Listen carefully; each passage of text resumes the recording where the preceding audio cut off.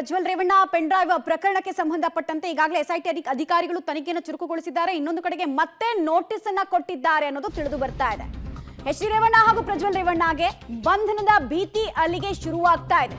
ಈಗಾಗಲೇ ತಂದೆ ಮಗನಿಗೆ ಮೊದಲ ಸಲ ನೋಟಿಸ್ ಅನ್ನ ಕೊಡಲಾಗಿತ್ತು. 2 ದಿನಗಳ ಅವಕಾಶವನ್ನ ಕೂಡ ಕೊಡಲಾಗಿತ್ತು. ಆದ್ರೆ 2 ದಿನ ಕೂಡ ನಿರಂತರವಾಗಿ ಗೈರಾಗಿದ್ರು. ಇದರ ಪರಿಣಾಮ ಕೂಡಲೇ ಹಾಜರಾಗುವಂತೆ ಎಸ್ಐಟಿ ಅಧಿಕಾರಿಗಳು ಮತ್ತೆ ನೋಟಿಸ್ ಅನ್ನ ಸರ್ವ್ ಮಾಡಿದ್ದಾರೆ.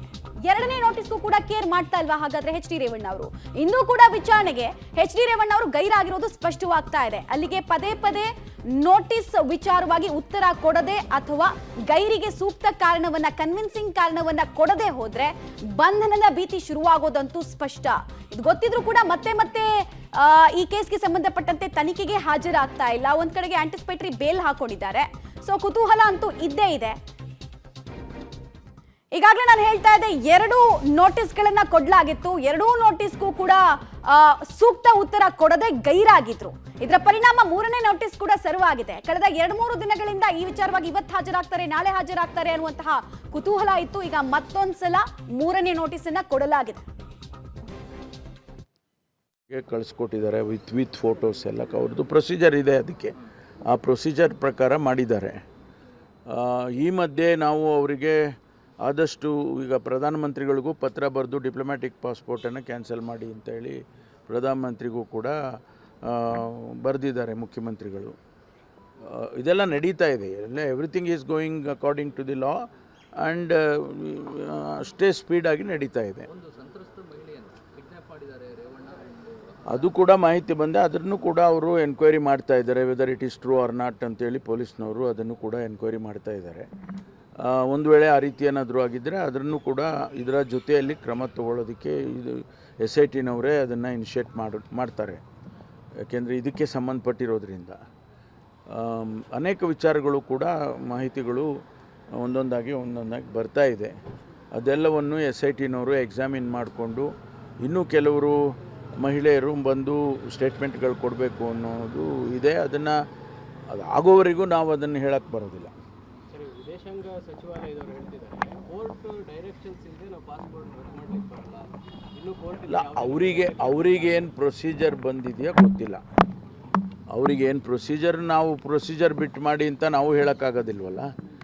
ಡಿಪ್ಲೊಮ್ಯಾಟಿಕ್ ಪಾಸ್ಪೋರ್ಟನ್ನು ಕ್ಯಾನ್ಸಲ್. ಡಾಕ್ಟರ್ ಜಿ ಪರಮೇಶ್ವರ್ ಅವರು ಹೇಳ್ತಾ ಇದ್ರು ಕಾಂಗ್ರೆಸ್ ಸರ್ಕಾರದ ಬದ್ಧತೆ ಇದೀ ಪ್ರಕರಣದಲ್ಲಿ ಯಾವ ರೀತಿ ಇದೆ, ಏನೇನು ಮಾಡಿದ್ದಾರೆ ಕೇಂದ್ರ ಗೃಹ ಸಚಿವಾಲಯಕ್ಕೆ ಪತ್ರ ಬರೆಯೋದ್ರ ಮೂಲಕ ಅನ್ನೋದನ್ನೆಲ್ಲ ತಿಳಿಸ್ತಾ ಇದ್ರು.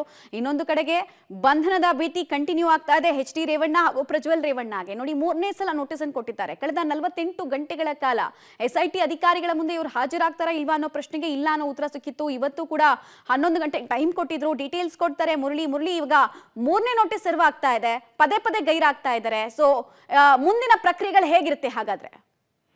ಒಂದು ರೀತಿಯಲ್ಲಿ ಮಮತಾ ನ್ಯಾಯಾಲಯದಲ್ಲಿ ಟ್ಯಾಕಲ್ ಮಾಡೋಕ್ಕೆ ಯಾವ ರೀತಿಯ ಪ್ರಯತ್ನಗಳನ್ನ ಮಾಡಬೇಕು ಅನ್ನೋದು, ನಿರೀಕ್ಷಣಾ ಜಾಮೀನನ್ನು ತಪ್ಪಿಸ್ಲಿಕ್ಕೆ ಯಾವ ರೀತಿಯ ಮಾರ್ಗಗಳನ್ನ ಮಾಡಬೇಕು ಆ ಮಾರ್ಗಗಳನ್ನ SIT ಅಧಿಕಾರಿಗಳು ಈಗ ಮಾಡ್ತಾ ಇರೋಂಥದ್ದು. ಯಾಕಂದ್ರೆ ಪದೇ ಪದೇ ನೋಟಿಸ್ ಅನ್ನ ಕೊಟ್ಟರು ಕೂಡ ಇವರು ವಿಚಾರಣೆಗೆ ಹಾಜರಾಗ್ತಾ ಇಲ್ಲ. ವಿಚಾರಣೆಗೆ ಹಾಜರಾಗಿ ಮಾಹಿತಿಯನ್ನ ನೀಡಿದ್ರೆ ನಾವು ಇಷ್ಟು ದೊಡ್ಡ ಮಟ್ಟದ ತನಿಖೆಯನ್ನ ಮುಂದುವರಿಸುವಂತ ಪ್ರಯತ್ನಗಳಿರ್ಲಿಲ್ಲ. ಯಾಕಂದ್ರೆ ಇದು ಬೇಲಬಲ್ ಅಫೆನ್ಸ್ ಆಗಿರುವಂತದ್ದು. ಬೇಲಬಲ್ ಅಫೆನ್ಸ್ ಆದ್ರೂ ಕೂಡ ಇವರು ತಲೆಮರೆಸ್ಕೊಂಡು ಓಡಾಡುವಂಥದ್ದು. ಬೆಂಗಳೂರಿನಲ್ಲಿ ಇದ್ರೂ ಕೂಡ ಯಾವುದೇ ರೀತಿಯ ಸಕಾರಾತ್ಮಕವಾಗಿ ರಿಪ್ಲೈಗಳನ್ನ ಕೊಡ್ತಾ ಇಲ್ಲ. ಜೊತೆಗೆ ಅವರ ವಕೀಲರ ಮೂಲಕ ಭೇಟಿಯಾಗುವ ಒಂದು ಪ್ರಯತ್ನಗಳನ್ನ ಮಾಡ್ತಾ ಇದ್ದಾರೆ. ಇದ್ರ ಮೂಲಕ ಗೊತ್ತಾಗ್ತಾ ಇದೆ ಇವರು ತಮ್ಮ ಏನು ತಾವು ತಲೆಮರೆಸ್ಕೊಳ್ಳೋದಕ್ಕೆ ಮತ್ತು ತಮ್ಮ ವಿರುದ್ಧದ ಆರೋಪವನ್ನ ಮರೆಮಾಚಲಿಕ್ಕೆ ಮತ್ತು ಸಾಕ್ಷ್ಯನಾಶ ಮಾಡ್ಲಿಕ್ಕೆ ಪ್ರಯತ್ನಗಳನ್ನ ಮಾಡ್ತಾ ಇದ್ದಾರೆ ಅಂತೇಳಿ ಕೋರ್ಟ್ಗೆ ಗಮನಕ್ಕೆ ತರಬೇಕು. ಆ ಹಿನ್ನೆಲೆಯಲ್ಲಿ ತರಾತುರಿಯಲ್ಲಿ ಇವತ್ತು ಬೆಳ್ಳಂಬೆಳಗ್ಗೆ ಮತ್ತೊಂದು ನೋಟಿಸ್ ಅನ್ನ ಸರ್ವ್ ಮಾಡಿದ್ದಾರೆ. ಅಂದ್ರೆ ಬೆಳ್ಳಂಬೆಳಗ್ಗೆ 7 ಗಂಟೆಗೆ SIT ಅಧಿಕಾರಿಗಳು 3ನೇ ನೋಟಿಸ್ ಅನ್ನ ಸರ್ವ್ ಮಾಡಿ ಬೆಳಿಗ್ಗೆ 11 ಗಂಟೆಗೆ ಅಂದ್ರೆ ಕೂಡಲೇ ವಿಚಾರಣೆಗೆ ಹಾಜರಾಗಬೇಕು ಅಂತೇಳಿ ಒಂದು ನೋಟಿಸ್ ಅನ್ನ ಸರ್ವ್ ಮಾಡಿರುವಂತದ್ದು. ಆ ನೋಟಿಸ್ ನ ಮೂಲಕ ಒಂದು ಸ್ಪಷ್ಟತೆಯನ್ನ ತೋರಿಸಕ್ಕೆ ಕೋರ್ಟ್ಗೆ ಸ್ಪಷ್ಟತೆ ಪ್ರಯತ್ನ ಮಾಡ್ತಾ ಇದ್ದಾರೆ. ನಾವು ಬೆಳಿಗ್ಗೆ 10 ಗಂಟೆಗೆ ನೋಟಿಸ್ ಕೊಟ್ಟರು ಕೂಡ 11 ಗಂಟೆ ಆದ್ರೂ ಇವತ್ತು ವಿಚಾರಣೆಗೆ ಬಂದಿಲ್ಲ. ಆ ಹಿನ್ನೆಲೆಯಲ್ಲಿ ನಿರೀಕ್ಷಣಾ ಜಾಮೀನನ್ನ ಕೊಡಬಾರ್ದು ಅಂತೇಳಿ ಆಕ್ಷೇಪಣೆಯನ್ನ ಎತ್ತಲಿಕ್ಕೆ ಪ್ರಯತ್ನಗಳನ್ನ ಮಾಡ್ತಾ ಇರುವಂತದ್ದು. ಮಮತಾ, ಧನ್ಯವಾದ ಮುರಳಿ ತಮ್ಮ ಮಾಹಿತಿಗಾಗಿ.